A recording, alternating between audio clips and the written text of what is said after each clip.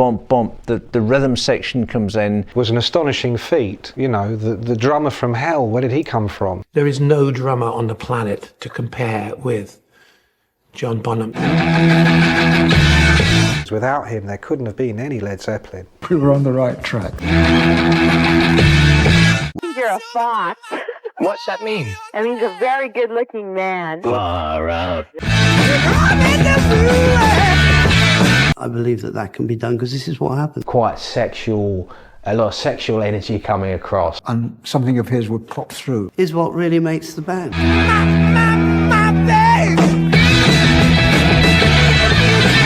We never heard anything like that. That everyone knew that was a life-changing experience.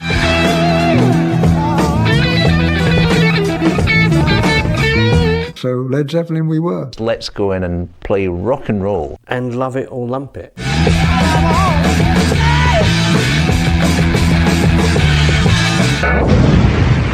It was October 1968. 4 musicians from vastly different backgrounds brought together by fate, instinct, and one man's vision. Now I know what I'm going to do.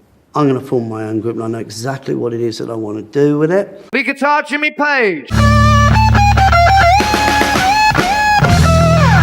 I said, "Hey Jim, heard you're forming a band." He went, yeah. I said, "You want a bass player?" He went, "Well, actually, yes." On bass guitar, John Paul Jones. And John's got his drums. It was quite strange, really, meeting John Paul and Jimmy, you know, coming from where I'd come from, you know, I'd sort of thought, you know, it was a bit of a joke getting sort of telegrams and things, you know, there's a chance of becoming one of the Yardbirds. It was like a gift from heaven, wasn't it? On drums, John Bonham.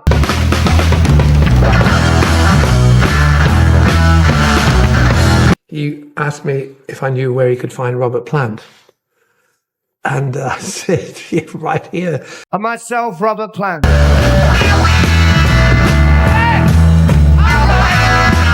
Led Zeppelin was born.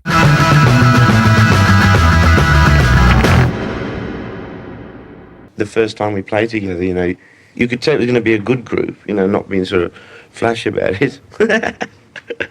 But I am. Marvellous. When it finally came to a halt, I'm absolutely convinced that everyone knew that was a life-changing experience. So Led Zeppelin we were. Their first statement to the world would be a song that exploded with urgency, a track that would open their debut album and introduce the band's sound to an unsuspecting world. Good Times, Bad Times. A riff that announced a revolution. Jimmy Page wanted a song that hit hard right from the start, something that could set the tone for the entire record. The riff he devised was concise, almost deceptively simple.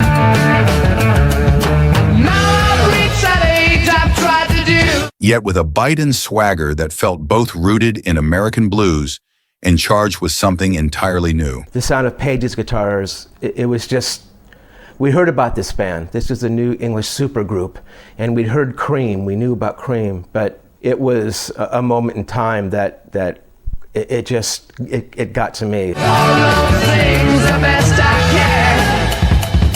Instead of sprawling improvisation, Page focused on tightness. The guitar part, built around power chords and syncopated accents, was a deliberate contrast to the extended jam Zeppelin would later become famous for. It was short, sharp, and unforgettable. The song's backbone was John Paul Jones's bass line. Here is the guy who's the glue that holds it all together. So he was, you know, kind of an eminence gris in a way. You know, he didn't draw attention to himself in the obvious ways, but just as with the others, without him there couldn't have been any Led Zeppelin. John Paul Jones taught the most amazing bass playing, and he was quite a force to be reckoned with musically. Rather than merely supporting Page's guitar, Jones played a locked-in, melodic counterpoint, filling the spaces between the riff with an almost funk-like sensibility. His precision and taste gave Good Times, Bad Times its relentless drive. I could be doing a riff and just leave a note out and something of his would pop through and the rhythm would just suddenly come alive. Jones later admitted it was one of the trickiest bass lines he had ever recorded, demanding stamina and complete concentration. Yet it remains one of his most iconic performances. Bonham's Foot, the game changer. There is no drummer on the planet to compare with John Bonham. If Page supplied the riff and Jones the groove, John Bonham turned the song into a revolution. John, Jimmy, and John Paul were much more connected. I was very much in love with John's right foot. I had great respect for it. And I used to try and highlight it and help it along and give it space. His drumming on Good Times, Bad Times became legendary for its sheer audacity. Bump, bump, the rhythm section comes in, we've stated something and left a little pause, and then again, and then it just builds into the vocals, really strong singing, then the guitar break. It's something that, it kind of takes you by the hand and introduces you to what Led Zeppelin do, almost, an introduction to the orchestra, as it were. Using a single bass drum pedal, Bonham delivered rapid-fire triplets, a technique many drummers assumed could only be done with two pedals. The fact that Good Times, Bad Times opened it up was an enormous calling card. I mean, Bonham's drums, famously, there's that double bass drum kick on that track, which for musicians and other drummers was an astonishing feat. You know, the drummer from hell, where did he come from? Being the drummer, first my attention went to John Bonham and his foot thing that he did in Good Times, Bad Times, which was at the time totally unique. He was an innovator, Howard, you know, from the very beginning, from note one of the first Led Zeppelin record, Good Times, Bad Times. He had his sound and he had the way he played, and he was doing this thing with his foot that no one had really done in rock and roll. The sound was thunderous, almost mechanical, but alive with Bonham's ferocity and swing. It was the first moment the world heard the power of bonzo, and it changed rock drumming forever. We could not believe what we were hearing. We never heard anything like that. We never heard a drummer play like that. Bonham's bass drum was unbelievable.